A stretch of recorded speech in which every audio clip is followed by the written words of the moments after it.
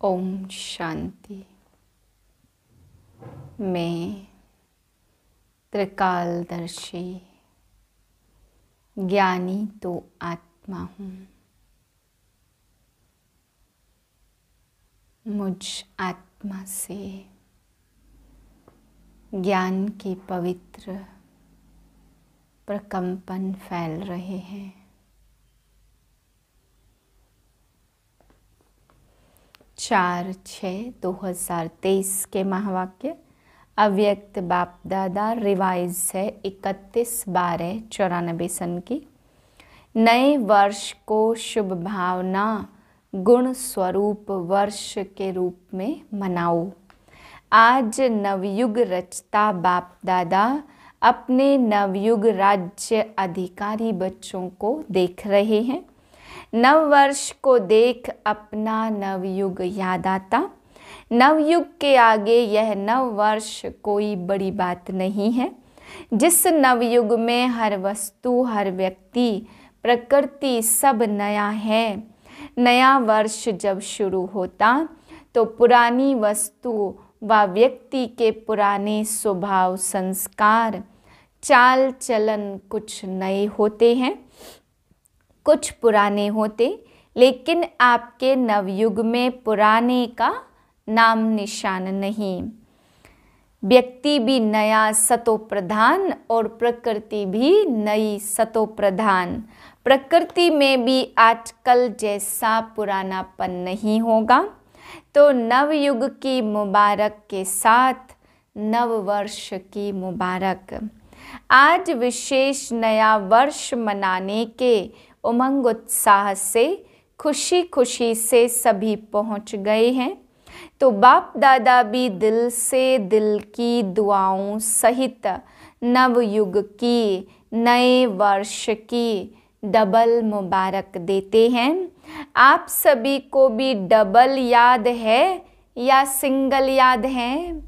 अपना नया युग नैनों के आगे बुद्धि में स्पष्ट है ना? जैसे कहेंगे कल से नया वर्ष शुरू, ऐसे कहेंगे कल नवयुग आया कि आया। इतना स्पष्ट है, नशा है। सभी नवयुग के राज्य अधिकारी हैं। सभी राजा बनेंगे तो प्रजा बनाई है। आप सब तो राजा हो, लेकिन राज्य किस पर करेंगे? अपने ऊपर। तो बाप दादा नवयुग और नया वर्ष डबल देख रहे हैं। कल की बात है ना, वो भी कल और ये भी कल की बात है। फिर नवयुग होगा ना। अपने नवयुग की ड्रेस शरीर सामने दिखाई देती है। बस पुरानी ड्रेस छोड़ेंगे और नई ड्रेस धारण करेंगे। तो वो ड्रेस अच्छी, चमकीली, सुंदर है ना? अभी तो देखो हर व्यक्ति में कोई ना कोई नुक्स होगा।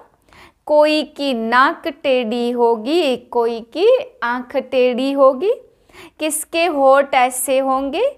और नवयुग में सब नंबर 1, हर कर्मेंद्रिय एक्यूरेट।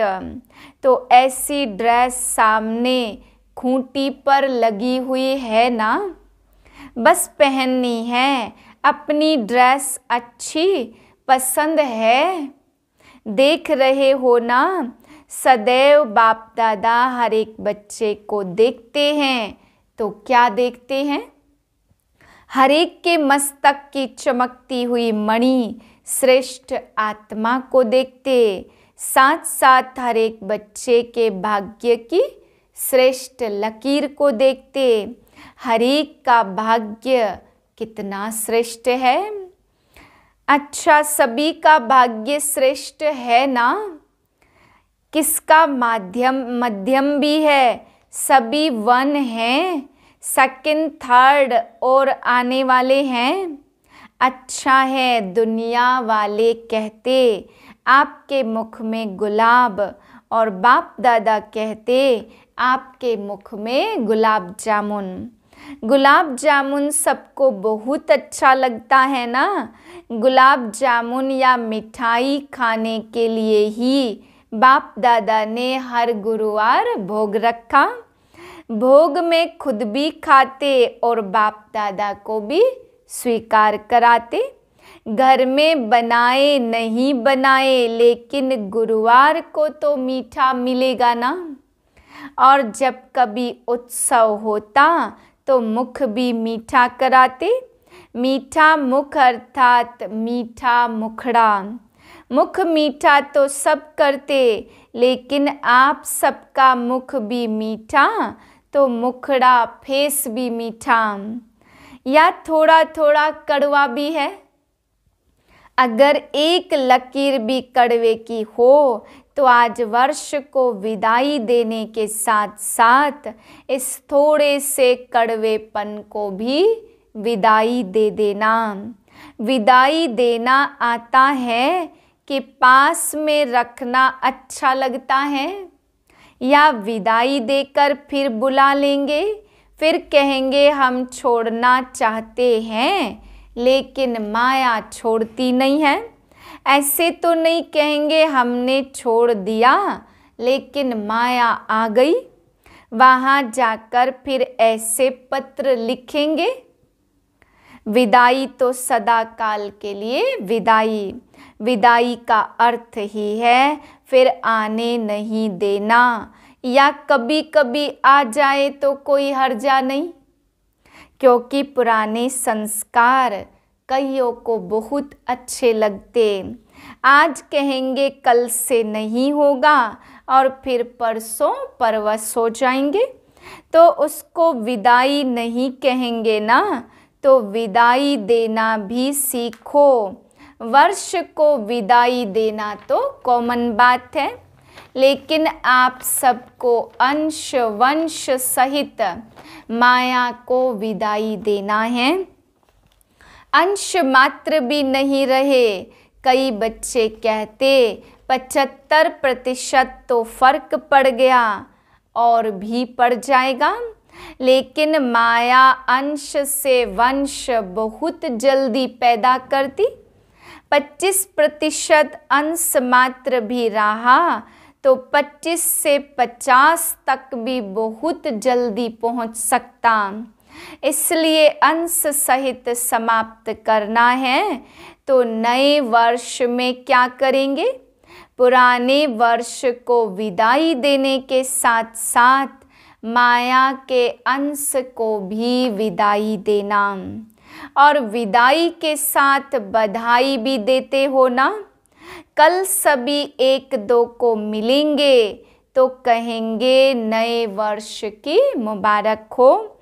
तो विदाई दो, और विदाई के साथ साथ अपने को भी और दूसरों को भी सदा फरिश्ते स्वरूप की बधाई दो। है ही फरिश्ता, ऊपर से नीचे आए, अपना कार्य किया और उड़ा। फरिश्ते यही करते हैं ना। उड़ती कला की निशानी पंख दिखाए हैं। कोई आर्टिफिशियल पंख नहीं है, लेकिन ये फरिश्तों को जो पंख दिखाते, इसका अर्थ है उड़ती कला वाले। तो फरिश्ते स्वरूप की स्वयं को बधाई भी दो और दूसरों को भी बधाई दो। सदा फरिश्ते स्वरूप के स्मृति में रहो और दूसरे को भी उसी स्वरूप में देखो। फलानी है, फलाना है नहीं, फरिश्ता है। ये फरिश्ता संदेश देने के निमित्त है, समझा? तो सभी को फरिश्ते स्वरूप की मुबारक दो। चाहे कोई कैसा भी हो, लेकिन दृष्टि से सृष्टि बदल सकती। जब दृष्टि से सृष्टि बदल सकती, तो क्या ब्राह्मण नहीं बदल सकता? आपकी दृष्टि स्मृति हर आत्मा को बदल देगी। बाप दादा को कभी कभी बच्चों पर हंसी आती है। आप लोगों को भी अपने ऊपर आती है। एक तरफ कहते कि हम विश्व परिवर्तक हैं और फिर विश्व परिवर्तक आकर कहता कि ये मेरे से बदली नहीं होता। अपने प्रति भी कभी रूह रिहान में कहते, चाहते हैं ये नहीं करें और फिर भी कर लेते हैं। तो विश्व परिवर्तक और स्वयं के लिए कहे मैं चाहता हूँ लेकिन कर नहीं पाता, तो उसका टाइटल क्या होना चाहिए? उसको विश्व परिवर्तक कहना चाहिए या कमज़ोर कहना चाहिए? गीत सुनाते हैं ना, क्या करे कैसे करे पता नहीं कब होगा। यह गीत बाप दादा तो सुनते हैं, स्वयं को नहीं बदल सकते। विश्व कल्याणकारी हो तो क्या कोई आत्मा को नहीं बदल सकते? क्या स्वयं को नहीं बदल सकते? अगर स्व परिवर्तक भी नहीं तो विश्व परिवर्तक कैसे बनेंगे? बाप दादा कहते इस वर्ष प्रतिज्ञा करो। प्रतिज्ञा का अर्थ है शरीर चला जाए लेकिन प्रतिज्ञा न जाए। तो प्रतिज्ञा करने की इतनी हिम्मत है, करेंगे, डरेंगे तो नहीं। तो यही प्रतिज्ञा स्वयं से करो कि कभी भी किसी की कमज़ोरी व कमी को नहीं देखेंगे, किसी की कमज़ोरी कमी को नहीं सुनेंगे, नहीं बोलेंगे, ना सुनेंगे, ना बोलेंगे, ना देखेंगे। तो यह वर्ष क्या हो जाएगा? शुभ भावना गुण स्वरूप वर्ष। मंजूर है हर वर्ष को अपना अपना नाम देते, फिर वहाँ जाकर बदल नहीं जाना। फिर कहेंगे मधुबन में तो वायुमंडल अच्छा था, यहाँ तो वायुमंडल का संग है। परिवर्तक किसी के संग में नहीं आता, किसी के प्रभाव में नहीं आता। अगर परिवर्तक ही प्रभाव में आ जाए तो परिवर्तन क्या करेगा? इसलिए शुभ भावना वर्ष के रूप में मनाओ। अशुभ देखते भी आप शुभ दृष्टि से देखो। जब प्रकृति को बदल सकते तो क्या मनुष्य आत्मा को नहीं बदल सकते? कारण शब्द समाप्त हो, निवारण शब्द दिखाई देगा अगर शुभ भावना होगी तो। इस कारण से ये हुआ, इस कारण से यह हुआ नहीं। कारण को निवारण में परिवर्तन करो, हिम्मत है। अच्छा, बाप दादा जब टीवी खोलते तो बाप दादा को बड़ा मजा आता। ये कलयुगी टीवी नहीं देखते, ब्राह्मणों की टीवी देखते। ऐसे नहीं आप लोग वह टीवी खोल लो, ऐसे नहीं करना। तो जब बच्चों का खेल देखते तो बहुत मज़ा आता। मिक्की माउस का खेल करते, थोड़े टाइम के लिए कोई शेर बन जाता और कोई कुत्ता बन जाता। जिस समय क्रोध करते उस समय क्या हो? जिस समय किससे डिस्कस करते उसके ऊपर वार करते जाते हो, सिद्ध करते जाते हो, तो उस समय क्या हो? मिक्की माउस ही बन जाते हो। तो इस वर्ष मिक्की माउस नहीं बनना, फरिश्ता बनना। मिक्की माउस का खेल बहुत किया, ड्रामा अनुसार आना तो है ही, लेकिन लाने वाले कौन हैं?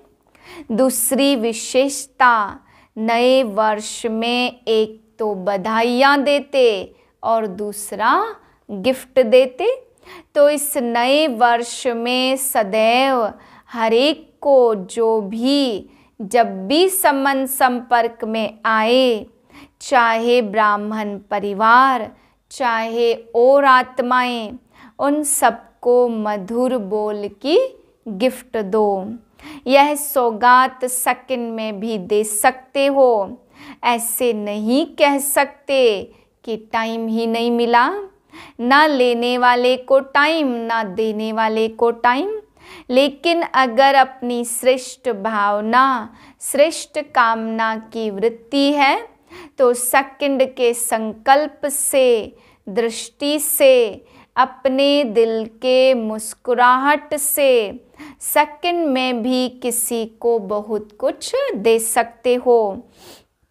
जो भी आवे उसको गिफ्ट देनी है, खाली हाथ नहीं जावे।